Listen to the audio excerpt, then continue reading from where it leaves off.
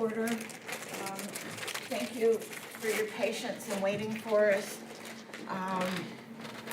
Let's do the Pledge of Allegiance, and I would ask our ex officio member to please lead us. I pledge allegiance to the flag of the United States of America and to the republic for which it stands, one nation, under God, indivisible, with liberty and justice for all. All right. We have emergency evacuation. In case of an emergency, leave through the door you came in through. There's another door at the back if you need to use it.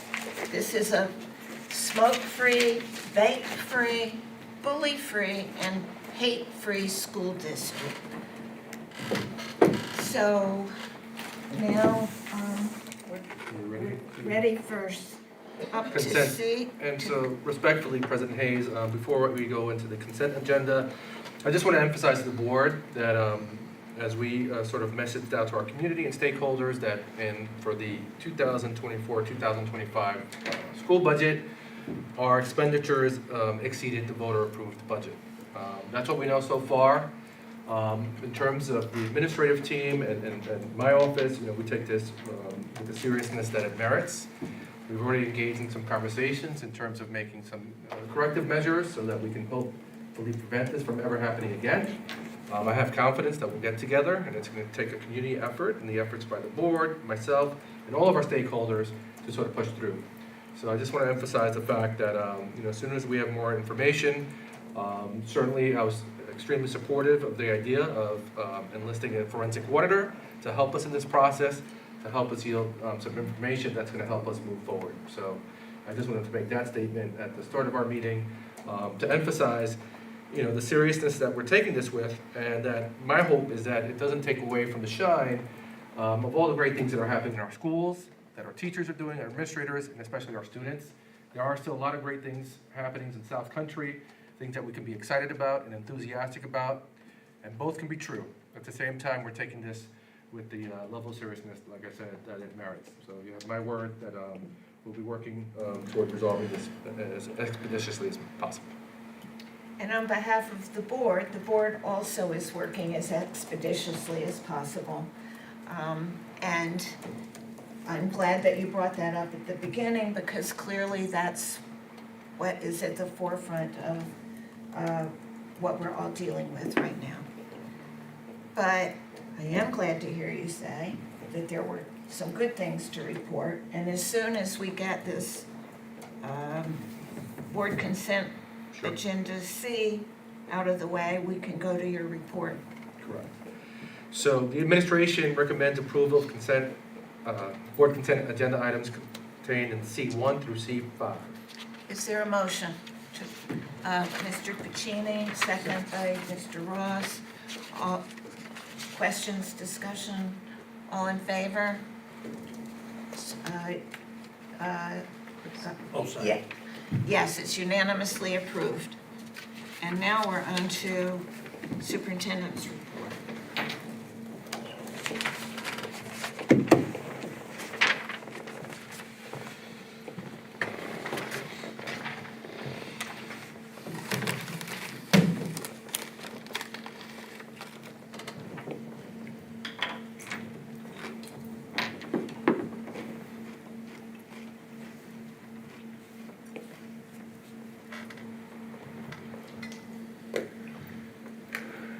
All right, this report will be brief, as I've been spending a lot of my time at district office working on resolving and getting to the bottom of what happened with regards to the overspend. But again, like I said, there are a lot of great things happening. I think we're in for a great opening to our schools. I had the opportunity to visit each of our school buildings on opening day, and it was amazing to watch the enthusiasm displayed by our students and staff. I think we're off to a great start in that regard. Sure, we hit a couple of hiccups with transportation. Enforcing the cell phone policy, has its ups and downs, but we're going to be steadfast and our sort of our movement in that direction. I do think that ultimately, what's been reported from some students is that the atmosphere already feels different at the high school. So we're hoping to continue moving in that direction. It's not going to be perfect, especially since we're just doing this for the first time, but I have confidence that we're going to get there. And I'm looking forward forward to a lot more great things happening in the upcoming weeks. I also had an opportunity to attend our home opening football game at East Islip. It really was a beautiful night, tough loss, but it was great to see people out, community members out. And one of the things that I really enjoy about fall sports is that it brings families together. I did want to give a shout out to Ms. Gabriella Barrett, or Gabby Barrett. She's at every event. She was at the football game opening night at East Islip, taking her photographs, as well as our Bellwood game that brought up a lot of family members and trustees. It was a really nice afternoon to spend at the high school and celebrate our students and our school district. Outside of the district walls, there's some community happenings. The Boys and Girls Club hosted their back to school bash. The BTA and Teachers Association actually donated 430 books to our community, which was super well received. It was great to see young readers actually enthusiastically picking up actual picture books and not tablets or technology. I also want to acknowledge our administrators who are going to be working collaboratively with our teachers to be more of a presence at these community events. And I'm really excited that the Boys and Girls Club they're expanding their services available to our students through our Boost grant that they were granted, and there's going to be more information on each of our Meet the Teacher Night and other school events where the Boys and Girls Club can share some of the resources they have for our families. I also had the honor and privilege of attending the 9/11 memorial at Belport Village, which was hosted by the fire department and Fireman Trotta. It really was a beautiful night, a lot of people in attendance. I want to give a shout out to Cassius O'Neill. He sang the beautiful rendition of the national anthem. He's a seventh grader at Belport Middle School. Liliana Yablon, she recited a poem, also a seventh grader. Abigail Cantarzaro and Zachary St. Just played taps on their trumpets. She's in ninth grade, he's a senior. But overall, it was a really touching event, and I think one of the taglines from the tragic events from 9/11 is to never forget 9/11. And I think the underlying theme is that we shouldn't forget 9/12 and the days that succeeded 9/11 and the just compassion and the unity and patriotism that we displayed. Now more than ever, I think the country needs to come together with compassion. We need to speak to each other, and especially as we navigate crises, it's going to really take a community effort to get us through. And I wanted to give you just an update on some of our capital projects. The Belport High School Auditorium is well underway. In fact, they're going to be installing seats starting tomorrow, which is fantastic news. Tentatively, we're looking at a completion by December. That's like the ideal, but we're hoping sometime in early November that, including sound and lights, will be completed with that project. Our magnetic door replacements are completed. Security camera upgrades are completed. Door security mechanisms are about 75% complete. Our South Haven vestibule is completed. There's just some automation that needs to be installed, but physically the structure is there. Critch windows, despite supply chain issues, we're looking at a completion date of about January. They are going to be able to do this work at night without interrupting the school day, so that's great news as well. And our energy performance contract is underway with a projected completion by summer 2026. All of these capital improvement projects will be generating building aid in the future, and when you sum them up all together, and there's the fuel tanks, we're waiting Department of Health approval. The state approved the project, and now it's caught in the Department of Health. And we have the high school boilers, track, bleachers, and gym windows are with engineers. That was just approved last spring. But we're excited not just about the upgrades to our facilities, but the fact that we finally are engaging. And if we put all these together, in about $15 million worth of capital work that we'll be receiving aid for the subsequent years. That said, please visit our new website. It's really user-friendly, and I love sort of the modifications we made on it. And you can keep up with a lot more happenings in South Country by visiting our various social media handles. There's posts that go up on a regular basis highlighting all the great things that are happening with our students and staff. And that concludes my report. Thank you. Just one comment, back to your, could you go back to the slide on the website? I love the new look of it. On the front page, when you open up to the front page, with respect to this meeting, you used to have right on the front page, the YouTube channel icon right on the front page, and I do thank our district clerk for helping me navigate it, because people called me, they couldn't find the navigation. You have to scroll all the way to the bottom to find that YouTube channel now. Scroll all the way to the bottom. Go ahead, keep scrolling, scroll. There it is, it's all the way on the bottom. Any chance you could consider putting it at the top of the page where it used to be? We can probably put it in as a banner, that's what it's called, so it'll pop up. Yeah, and because so many people call me, they can't find it. I mean, it's gonna pop up every time you open the webpage? Only when No, there's a it board would just, meeting. it was located, it used to be located right, and when you opened up, right along that top banner. Yeah, so that's what's called a banner, and you can actually control when those banners appear and disappear. Yeah, just a consideration, We're thinking. all right? Thank you.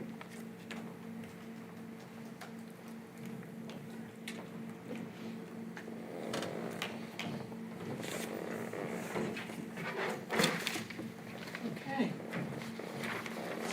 So next are trustee and advisory committee reports.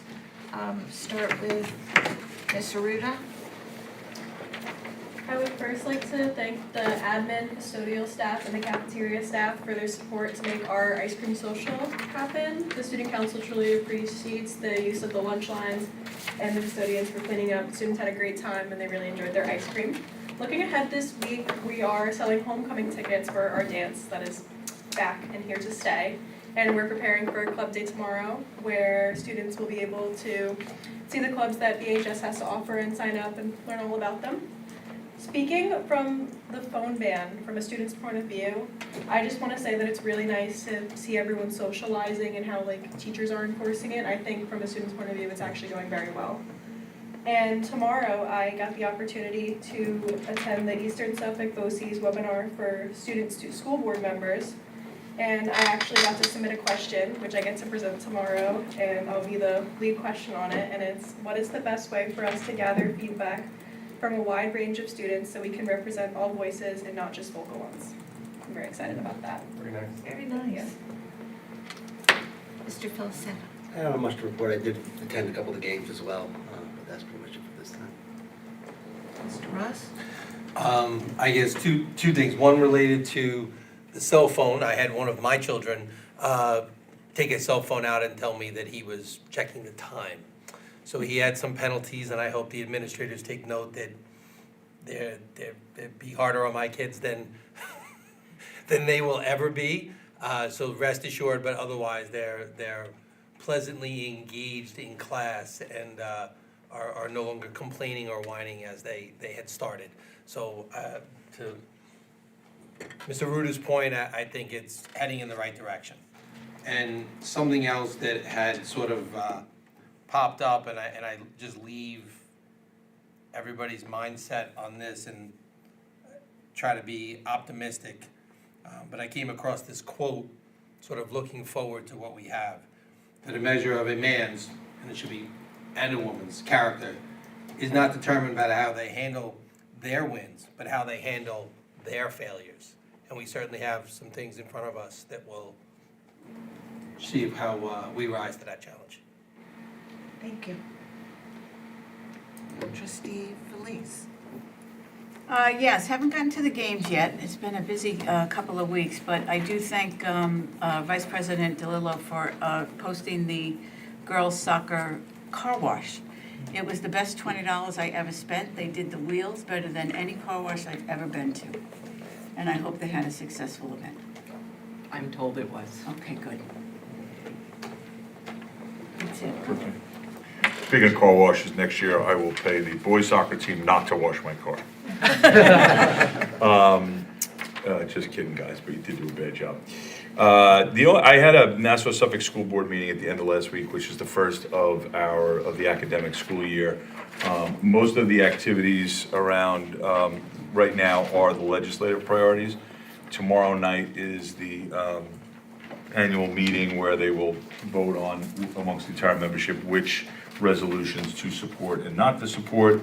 It usually goes by the way of, what the meeting went the other day, and we'll get that copy probably the end of this week, early next week, on those legislative priorities. There doesn't seem to be any lightning rod issues that are being advocated for, this year, so I guess maybe that's a good thing. And then from a general perspective, the meeting's a little quiet because it's the beginning of school year. However, there is a program that I wanted to mention. I mentioned it to the superintendent earlier. Huntington School District, I believe they had a press conference, last week on Friday. I didn't see it, but They have launched a program, a pilot program with the Suffolk County Sheriff's Department called Project Handle with Care. And there is a pilot program in Hampton Bays right now with is connected with a different agency. I don't know what police agency is in, it's either Hampton Bays or West Hampton. I don't know what police force is out there. But anyway, it's not Suffolk County Police. It is a program in which the police department will share certain types of information with the school district in regards to any type of trauma or incidents in a student's home. You know, was the family evicted? If they were, well, let's let the school know, because this kid acts out, it's not a behavioral issue, maybe he's got something on, maybe there's some counselors that can help him. Was there violence in the home? Was there a crime committed in the area? Things like that. So hopefully this is something, it doesn't sound like Nassau and Suffolk PD are moving towards this. I'm hoping the Sheriff's Department expands their program. This was important to me because many years ago when I was first on the board, there was a significant crime, quite frankly, it was a murder in North Bellport, and the buses, it was near Frank P. Long, and the buses basically had to navigate through crime scene tape. And one of the issues that we addressed then, at that time, myself, the superintendent, met with that time Legislator Browning, and the commander of the 5th Precinct, and we tried to come up with a way, you know, hey, can you give us a heads up? We can reroute buses, we can know what's going on. It's pretty traumatic for kids to see those types of things, and there wasn't a real great solution offered other than, you know, some email chain. So I'm happy to see at least there is some movement from law enforcement to notify school districts of things that are happening to students outside of school that we might not know about, so that we can be ready to provide services if needed. So I hope this expands, and I hope we have an opportunity to get involved in something like that. I think it could be beneficial. Absolutely. Great, thank you, that's all I have, thank you. Trustee DeLillo. Just been bouncing back and forth between soccer and tennis matches, enjoying the lovely fall weather and the camaraderie amongst the teams. I think that's great, and the coaches' support. I did attend 2 meetings at Brookhaven last week. First one was a meeting with the bus drivers, which I think is a tremendous help, not only to the bus drivers, but to the staff, so that they can get feedback from each other and make sure the kids are respectful, safe, and properly behaving on the bus. I thought that was a great outreach done by the admin there. The second one was the children's follow-up, to remind them how to be safe, respectful, and healthy when in the school and on the bus, speaking specifically to hallways, classrooms, cafeteria, and playgrounds. But I just thought those were great outreaches. Thank you. Nothing to report. I would duplicate, though, the comments that the superintendent made about the 9/11 memorial. And it was really good to see the kids from our middle school and our high school play such a prominent role. So, next is public commentary. Are there cards? No? So, items for discussion? First, we have to hold a public hearing. That means anytime we make any revisions to the code of conduct, it requires a board action, which is called a public hearing. Or we got together with stakeholders and made some revisions, or are recommending some revisions to the code of conduct that have to do with our new cell phone policy, and also some things we felt merited a higher level of response. Just to summarize it very briefly, on page 29, we noticed that for any alcohol behaviors, and what I mean by that, anything that's categorized with the use of alcohol possession should rise up to a level 5. In some instances, it only went up to a level 4. So we want to make sure that we respond to those things with the seriousness it matters, it merits. We also added the word insubordination to the title of the section, which was entitled Disruptive and Uncooperative Behaviors. That's basically the definition of insubordination, but the word insubordination wasn't used in the code. So we want to make sure that it's there, so we know what we're referring to, especially for our students who read it. We also want to add levels 3 and 4. Remember, there's a continuum of responses that span from a level 1, which is basically just parental contact, all the way to a level 5, which is exclusion from school. But we wanted to add levels 3 and 4 for the category where it says lack of prompt, respectful compliance with the directions or requests of any school staff member, including but not limited to teachers, support personnel, clerical, safety officers, custodians, lunch aides, and bus drivers. We just, in some instances, there's always context. Simply not following prompts can lead to serious consequences. We want to make sure that we react to it seriously. Also, we wanted to add to that section entitled insubordination, disruptive and uncooperative behaviors, the following: lying, giving misleading statements, or providing false information to staff or peers that disrupts the educational process, interferes with school operations, and undermines trust within the school community. Under the insubordination section, like I said, with levels ranging from 2 to 5. Sometimes we've had students who've deliberately made false reports that involve law enforcement, and a huge it's extremely taxing on our resources, administrative staff. So we want to make sure that we discourage kids from making deliberate false reports. Obviously, if you have a suspicion, we want kids always to come forward and share any concerns they have. But when you engage in deliberately falsifying a report to school, I'll give you, for instance, we had an instance where a student claimed that there was a child from another school at our high school. That child was sitting in the classroom inside. This merited an investigation that took a day and a half, and we contacted the other school district, and that child was actually present in school. So the whole thing was made up. And so we want to make sure we discourage children from making false reports. On page 30, we wanted to add level 5. To any mention of firearms or weapons, I think even if a child has a toy gun or displays it or brandishes it, I think it still can merit a level 5 response from the school district, because especially in the climate that we're living in our countries with all the mass shootings. Then we wanted to add, and this is related specifically to the cell phone policy, on page 32, again under use of technology, possession and or use of personal cell phones, internet-enabled devices, or any non-educationally required device, electronic or otherwise, during the school day, including classes, homeroom periods, lunch, recess, study halls, and passing time. Level 1. So we want to make sure that it's considered a level 1 infraction, because there's a cell phone policy. You shouldn't have your cell phone out. That's currently not in our code of conduct, because the cell phone policy didn't exist prior to this year. And then we also wanted to add, using, on the same page, using school-issued or personal devices to access, display, or share inappropriate or harmful material. This includes any online activity that threatens the safety or well-being of the school community, disrupts instruction, distracts from learning, or violates school policies or the law. And that would go into levels 2 to 5, because again, we don't want students using technology inappropriately. And on page 33, add the same paragraph, but applying it to district approved devices. So if a child engages in these behaviors using their school-issued Chromebook, it should still merit a penalty. And that sort of summarizes all the changes that we're recommending for our current code of conduct. And this, may I ask a question? Yes, thank you, sorry. And this is also for staff and staff as well, staff and teachers as well, not just the students? In terms of? In terms of adherence to? It's a great question. I don't think the code of conduct really applies to staff members. We have other rules that govern how we operate, our policies that sort of speak to this. Only because it does refer to staff as well. Where do you see that? I'm sorry. It's on page 14.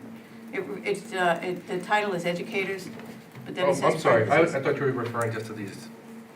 No, as far as the whole code of conduct. Yeah, so the code of conduct is all encompassing. It talks about student rights, staff rights. I mean, that's included in the entire document. But yeah, there's some parts of the code of conduct that speak to parents as well.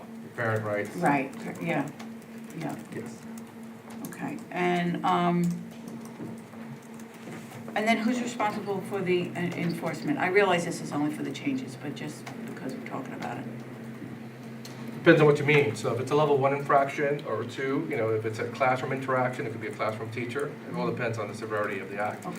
Typically, any consequence that merits a detention or some official consequence, that's administered through a building administrator, but there are teachers who will issue their own sort of consequences in class that are a little less formal.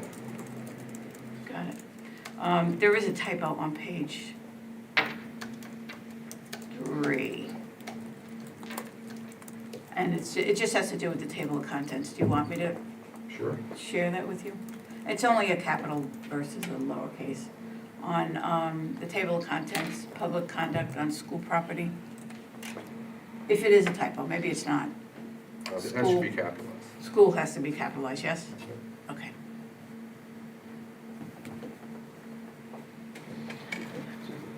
quick So question. it's slide 3, but it's page 2. I got it. Got it? Okay. Just a quick question on the cell phone.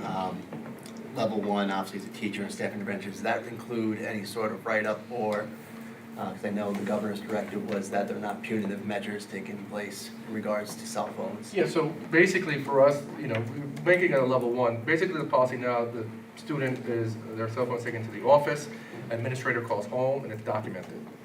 So we wouldn't start saying that that's already the first act of insubordination. Yeah, so then it turns to insubordination after Act 1? Correct. Gotcha. Yeah, That's so what I- having a cell phone itself, we Not- cannot consequence a student for having a cell phone, but we can consequence a student for breaking the rule. I know it sounds like semantics, but that's how it. So after level 1, it becomes insubordination at that point? Correct. And if I may make just one more comment. I believe I said this when Ms. Doyle was here, but I'm sure Ms. O'Hagan had a lot to do with this as well. Yes? In coming up with the document, you probably worked on it too, Well, a little bit? we have also the policy committee. Okay, pride of ownership, by all means. I really love this document.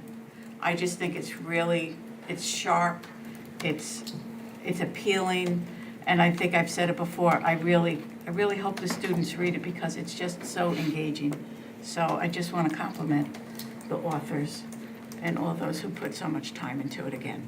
If you recall, it was actually a year-long process that involved our equity committee, various committees, and then actually we were sort of obligated to meet with each stakeholder group, including the PTA council, our administrative group, teachers.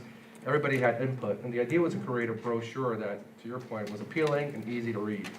I do think it's written like in an 8th grade level, and I'm not saying that we assume people can't read beyond that.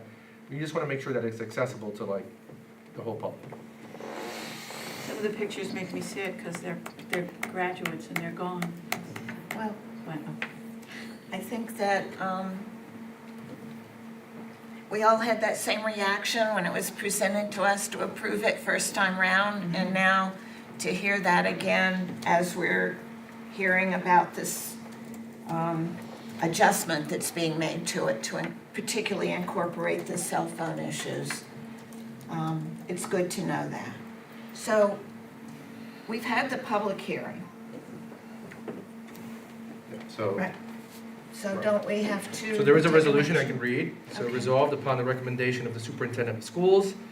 Well, this is the resolution, I'll start again. Resolved upon the recommendation of the superintendent of schools, the Board of Education approves the updated 2025-2026 Code of Conduct as revised. Is there a motion to approve? Ms. Felice, Mr. Felicetta, second. Questions, discussion? Seeing none, all in favor? Unanimously approved. So, next, Continue with the consent items. next would be Trustee attendance. discussion, items for discussion, trustee attendance. That, I had just asked to put that on the agenda because we had some discussions about cost saving and various conferences and whatever, and there was not a distinction made between staff conferences and trustee conferences. So I just wanted to get some clarity here from the rest of the board about what we ought to be doing with regard to conferences, because attendance can be very beneficial. There's information that can be brought back that's useful, but a lot of the conferences and trainings are available online so that we can be conscious of the cost involved in doing it. So I didn't know if any other trustees wanted to talk about that any further, but that's why I asked to put it on. It was my understanding that we said we were going, other than the mandated trainings, obviously, that the new board was have to go through, that we weren't gonna spend money on that stuff. So I guess I would like clarification, because I canceled the conference this week. Well, So, and I right. know this goes back to the budget. Last year, we talked about, and I know we directed the superintendent and staff not to go to conferences, and if I was gonna pick, I'd rather they go to conferences than us, because they're gonna learn more and enact more than we will, in my opinion, but and I just also- wanted clarification on it. Right, also the distinction between the registration fee, which usually is fairly nominal, Mhm. and actual attendance if it means out of town. Sure. So, I just thought we should bring it up for discussion and at least have everybody on board to be conscious of the expense as they take advantage of what is out there to help us, but at the, being conscious of the expense. So, I mean, if I give my 2 cents is that from a standpoint of a trustee, that we volunteered for this position, just like any other position or board. You pay to go to your conferences, other than the mandated ones, contribute. There's nothing, like you said, the fee is nominal, you're getting a benefit out of it as well. But trustee wants to attend those, like you said, the registration fee, but I don't, we should be setting an example. And like Mr. Trustee Bacini's pointing out, we want staff to have continued development. We want administrators to have continued development because they're adding to the day-to-day. so are you saying, let's talk about registration fee and I'm saying simply as a trustee, everything? you should pay your own way unless it's mandated. We should be, if we are expending monies, it should be through staff and teachers to encourage them to attend continuing education or others support them in doing their jobs. I think we have to be selective in what that is, right? I think that's gotta be quantified, to say, what is this for, and, is it offered in a webinar, is it, whatever we need to do. If we're going, like I said, we've been talking about this since the spring, so I thought, it was settled, so, but. Okay, so, yes? I had, in raising the issue as well, had suggested that a lot of these conferences are offered remotely, and to take advantage of that. So I had asked for and did receive approval to attend the annual conference remotely. And so that is that has been approved, and that is at the end of October. So I do still plan on attending that conference remotely. And then also I had asked to attend another one that is being held in Washington DC. I had asked for just the registration to be paid for, that I would pay for the travel expenses myself and for the hotel expenses myself. I had attended conferences previously. 2 years ago, I went to Syracuse for the conference. I paid for that myself, except for the registration. I paid for the food, travel, and the hotel myself before we had a budget crisis. And then because I did attend that conference, and because I had attended other conferences, I got credit for attending conferences, and was offered to attend the conference last year in the city for free. So we didn't, the only expense we incurred was the hotel for that year. Actually, and the mileage, I think, and the mileage. Nevertheless, we weren't in a budget crisis at that point.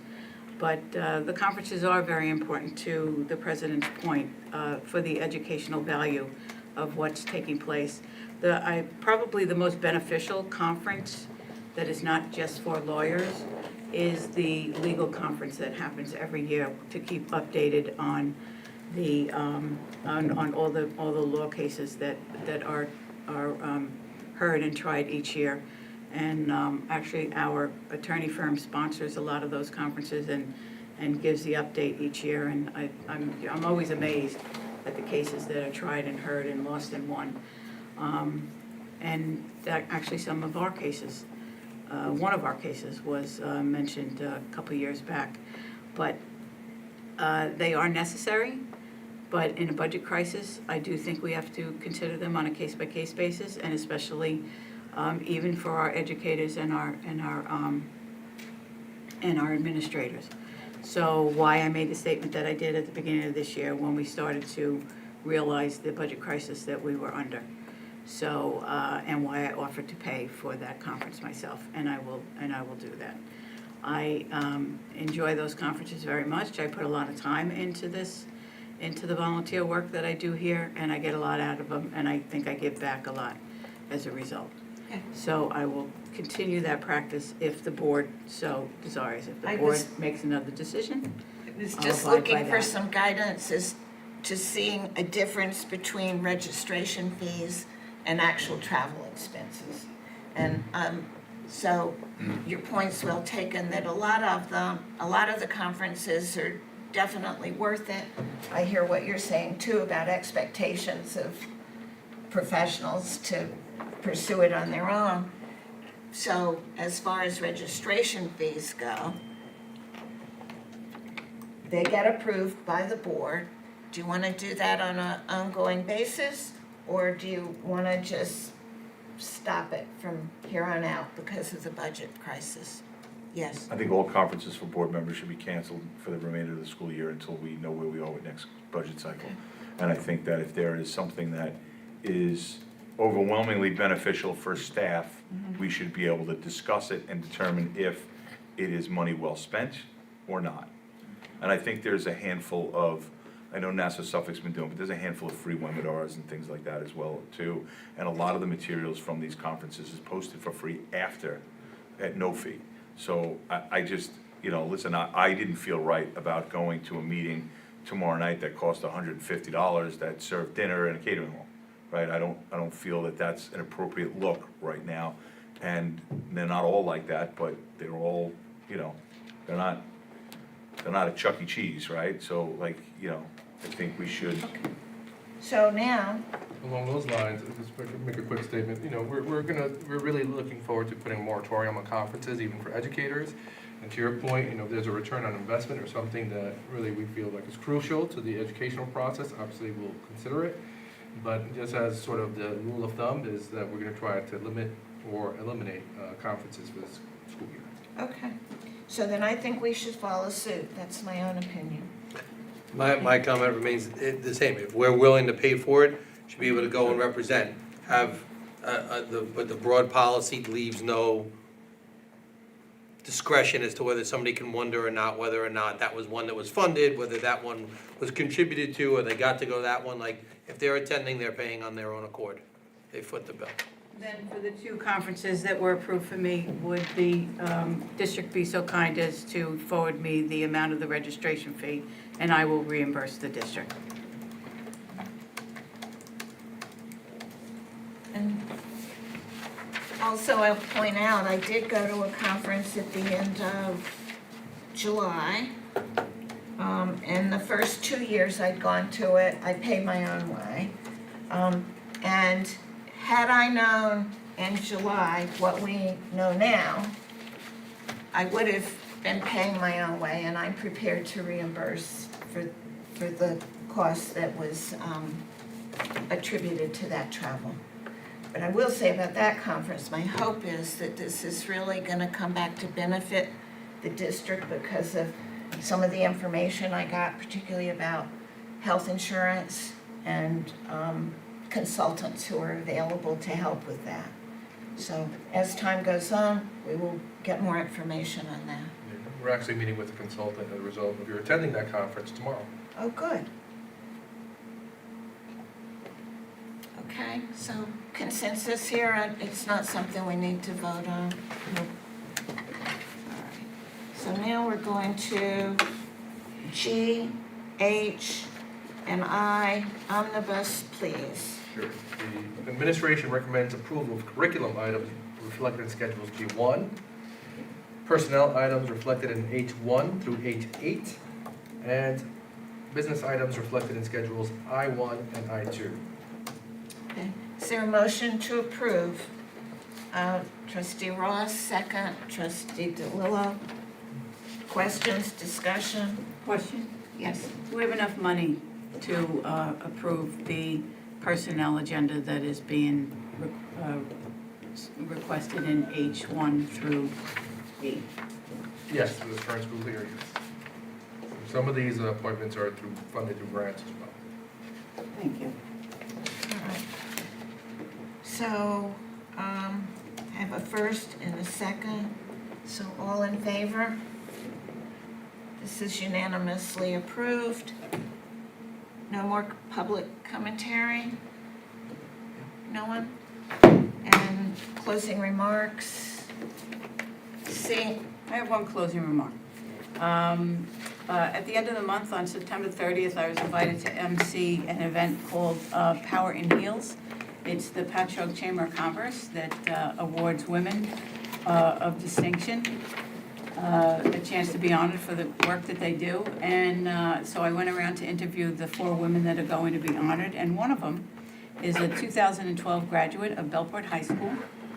Her name is Melissa Benilla. She is the primary manager and owner of Bravo Supermarket in the village of Patchogue.